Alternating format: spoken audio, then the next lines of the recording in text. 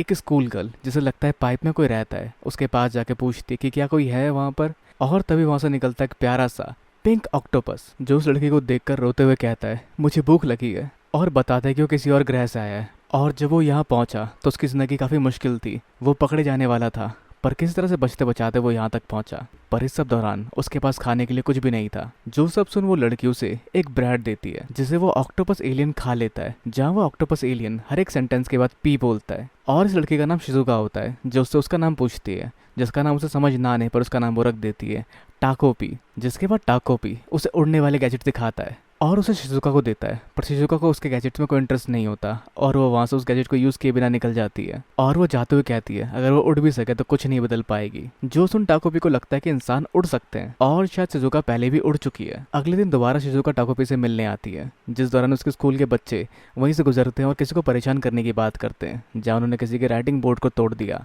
खैर उनके वहाँ से निकलने के बाद शिजुका भी जाने की सोचती है, पर टाकोपी से और गैजेट दिखाता है जिसके पास मौजूद होता है कैमरा, जिसका नाम होता है हैप्पी कैमरा। और वो उससे खुद की और शिजुका की फोटो खींचता है, जिससे तुरंत ही फोटो प्रिंट हो जाती है। पर शिजुका को वो कैमरा थोड़ा भारी और अजीब लगता है, जहाँ टाकोपी उसके और फीचर को समझाने लगता है, पर शिजुका वहाँ से निकल जाती है क्योंकि उसे राइटिंग बोर्ड खरीदने जाना है, क्योंकि उसका राइटिंग बोर्ड फिर से खो गया है। और ऐसे दिन बीतते हैं जहाँ टाकोपी से और भी गैजेट्स दिखाता है, पर शिजुका को उन सभी गैजेट्स में बिल्कुल भी कोई इंटरेस्ट नहीं होता। और एक दिन वो जल्दी जाने लगता क्योंकि उसे चैपी को खाना खिलाना है, और वो टाकोपी को भी साथ चलने के लिए कहती है, जहाँ टाकोपी जाकर देखता है कि चैपी एक बड़ी सी डॉग है। जहाँ चैपी के साथ होने के बाद शिजुका काफी खुश दिखाई देती है और आगे टाकोपी उसके पेरेंट्स के बारे में पूछता है, जहाँ वो बताते हैं उसके डैड नहीं है, सिर्फ मॉम है। और टाकोपी को लगता है कि इस प्लेनेट के अंदर सिर्फ मॉम अकेले बच्चे पैदा कर सकती है। और टाकोपी जान पाता है कि उसकी मॉम एक एस्कॉर्ट है, जिसका मतलब शिजुका उसे बताती है कि वो अपने कस्टमर्स के साथ अलग अलग जगहों पर जाती है। और आगे शिजुका बताती है जब उसकी मॉम डैड का डिवोर्स हुआ तो उसके डैड चैपी को यहाँ छोड़ गए और तब से चैपी इनके साथ है और शिजुका उसके बिना नहीं रह सकती, जिससे टाकोपी की दुविधा क्लियर होती है कि इन्हें भी डैड की जरूरत पड़ती है। और रात को नाइट वॉक के दौरान टाकोपी देख पाता शिजुका की उदासी और उसे याद आता अपना मकसद जिस वजह से उसे अर्थ पे भेजा गया है, और वो है कि हर तरफ अपने गैजेट्स के इस्तेमाल से खुशियां बिखेरना,